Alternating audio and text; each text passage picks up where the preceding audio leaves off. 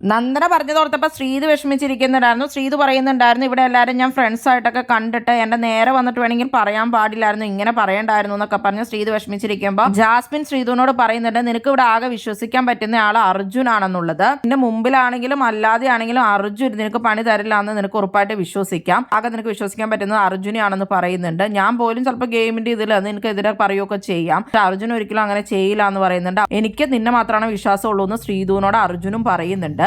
പിന്നീട് അർജുനും ശ്രീതുവും സംസാരിക്കുമ്പോൾ അർജുൻ പറയുന്നുണ്ടായിരുന്നു, നീ എല്ലാവരും വിശ്വസിക്കരുത്, ഇവരെല്ലാവരും ഗെയിമിന് വേണ്ടി എന്ത് വേണമെങ്കിലും സംസാരിക്കാം, ഇനിയും ഡൗൺ ആക്കാനൊക്കെ നോക്കാം, ഇനി വരുന്ന ഗെയിമിലാണെങ്കിലും ടാസ്കിലാണെങ്കിലും എന്ത് വേണമെങ്കിലും ഇവർ പറയും, എല്ലാവരും ജയിക്കാനാണ് വന്നിരിക്കുന്നത്, അതിനുവേണ്ടി എന്ത് വേണമെങ്കിലും യൂസ് ചെയ്യാം എന്നൊക്കെ പറയുന്നുണ്ട്. അത് അവരവരുടെ ഓരോരുത്തരുടെ ക്വാളിറ്റിയാണ് കാണിക്കുന്നത്, അത് നോക്കേണ്ട കാര്യമില്ല എന്നൊക്കെ അർജുൻ പറയും. എന്തായാലും ഞാൻ നിന്നെ ഒരിടത്ത് ഇട്ട് കൊടുക്കില്ല എന്നപ്പോൾ അർജുൻ പറയുന്നുണ്ട്.